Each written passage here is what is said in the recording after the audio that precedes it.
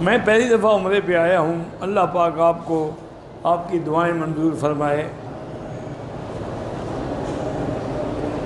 میں نے غریبوں اور یتیموں کے لیے ایک ٹرسٹ کھولا ہے، اللہ کامیاب کرے اور اللہ اس میں اور زیادہ سے زیادہ وسعت عطا فرمائے۔ اگر کسی پہ قرضہ ہے تو عمرہ کر سکتا ہے؟ ہاں کر سکتا ہے۔ دیکھو نا، آج کل تو دنیا میں اگر دیکھو تو جتنے بڑے بڑے مل آنر ہیں اتنے بڑا قرضہ ہے، جتنے بڑے بڑے فیکٹری ہولڈرز ہیں اتنا بڑا قرضہ۔ اس کا معنی وہ حج بھی نہ کریں، چونکہ قرضہ ہے ان پر۔ اگر قرضہ 10 لاکھ ہے تو 10 کروڑ کی تو جائیداد موجود ہے، تو پھر کیا قرضہ ہے؟ بالکل کر سکتا ہے۔ قرضہ اتارنے کے لیے ایک تو عمل ہے کہ آدمی استغفار زیادہ پڑھے، اور دوسرا حضور کی ایک دعا مبارک ہے کہ اللہم اکفنی بحلالک ان حرامک واغننی بفضلک امن سواک۔ یہ دعا جو ہے وہ ہر نماز کے بعد پڑھے تو اس سے بھی جتنا قرضہ ہوگا اللہ کی رحمت سے وہ قرضہ اتر جائے۔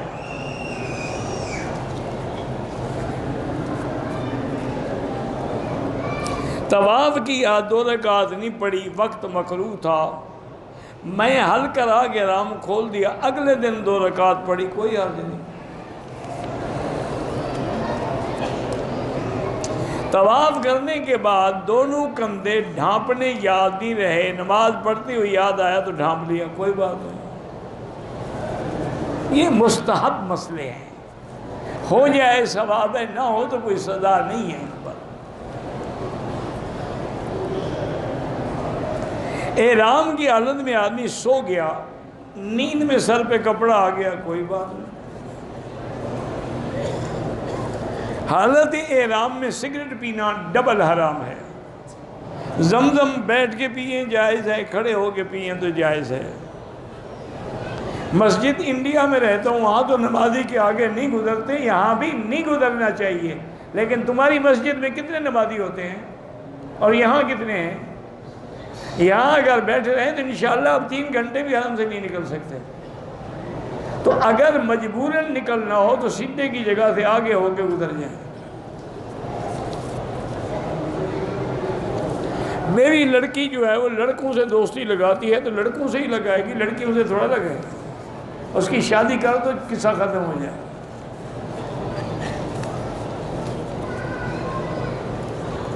قادیانیوں سے جہاد کرنا فرض ہے قتال، لیکن امیر کے حکم سے۔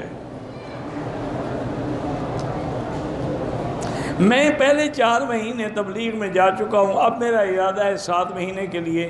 12 جا سکتے ہیں، شادی شدہ بھی جا سکتے ہیں۔ دیکھو نا، یہاں شادی والے جو 2 سال کے کنٹریکٹ پہ آئے ہوئے ہیں تو ان کی بیویاں فارغ ہو گئی ہیں۔ مسئلہ تمہیں تبلیغ میں اٹکتا ہے، ان میں کیوں نہیں اٹکتا جو 2 سال سے یہاں بیٹھے ہوئے ہیں؟ کوئی بات نہیں، اللہ مدد کرے گا۔ میرے اوپر زکوٰۃ ضروری میں قرض ہو گیا، میں ہجری سال کے حساب سے روزے کے مہینے کے لیے دے دوں، زکوٰۃ شعبان میں دو، رمضان میں دو افضل ہے، شعبان میں دو افضل ہے، جب بھی دو زکوٰۃ ادا کرو۔ 1 سال سے کاروبار نہیں ہے، استغفار زیادہ پڑھو، اللہ مشکل حل کریں گے۔ نہاتے وقت بات کرنی چاہیے، کیوں اکیلے نہاؤ گے تو کس سے باتیں کرو گے؟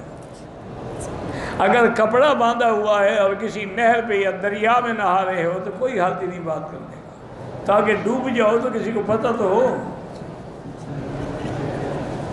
کہ بات ہی نہیں کرنی، وہ ڈوب جائے۔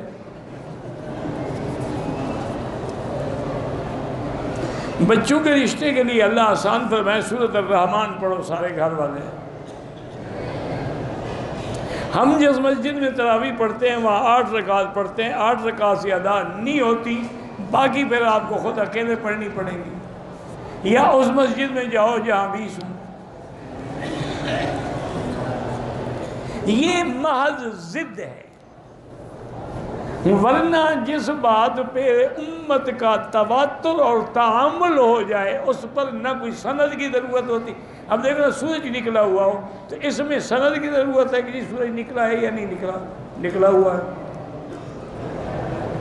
اسی لیے ایک بہت بڑے عالم بھی تھے، بہت بڑے قاضی بھی تھے، عطیت اللہ، فوت ہو گئے رحمۃ اللہ علیہ، اور حرم مدینہ میں بھی ان کا درس ہوتا تھا مغرب سے عشاء تک۔ انہوں نے کتاب لکھی ہے تراویح پر کہ حضرت عمر کے زمانے سے لے کر آج تک پوری امت میں 20 تراویح ہے، اور حرمین الشریفین میں بھی 20 تراویح، 20 تراویح ہے اور 3 وتر۔ یہ تو امت کا پورا یعنی مکمل عقیدہ ہے۔ اچھا، وہ جس حدیث سے حجت پکڑتے ہیں 8 رکعت، وہ تہجد کی رکعتیں ہیں، وہ تراویح کی نہیں ہیں۔ اور تہجد میں یہ ہوتا ہے کہ 4 رکعت بنا کے پڑھیں۔ کان یصلی اربعن، بی بی عائشہ فرماتی ہے حضور 4 رکعت، اور پھر آپ کی نماز کا کیا کہنا ہے، وہ کتنی خوبصورت نماز ہوتی تھی۔ تراویح میں 2 رکعت ہوتی ہے، تراویح میں ہر 4 رکعت کے بعد ترویح ہے، آرام ہے، اس میں تو ترویح نہیں ہوتا ہے۔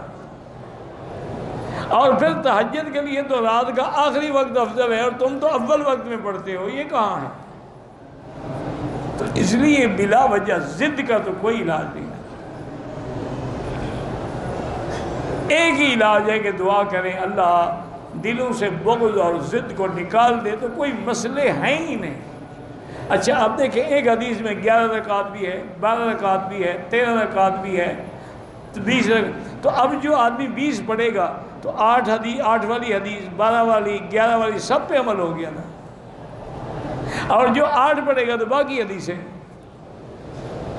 تو جو 4 حدیثیں چھوڑتا ہے وہ تو جناب پکا حدیث پہ عمل کرنے والا ہے۔ جو ایسا عمل کرتا ہے کہ ساری حدیثوں میں عمل، جو کہہ دے نہیں جناب یہ دیکھو یہ تو ونفی ہیں، اب اس کا تو علاج میرے پاس نہیں ہے، ماں سوائے اس کے کہ دعا کی جائے۔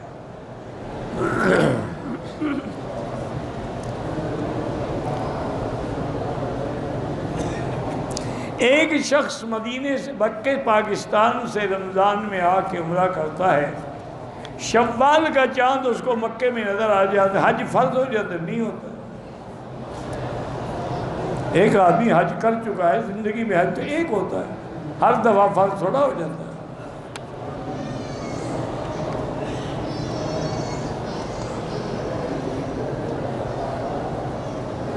ایک شخص نے عمرہ کیا، پھر وہ جدے گیا، جدے سے واپسی پہ اس نے عمرہ نہیں کیا، کوئی بات نہیں، جدہ کوئی میقات تو نہیں ہے، عمرہ کرے مرضی نہ کرے مرضی۔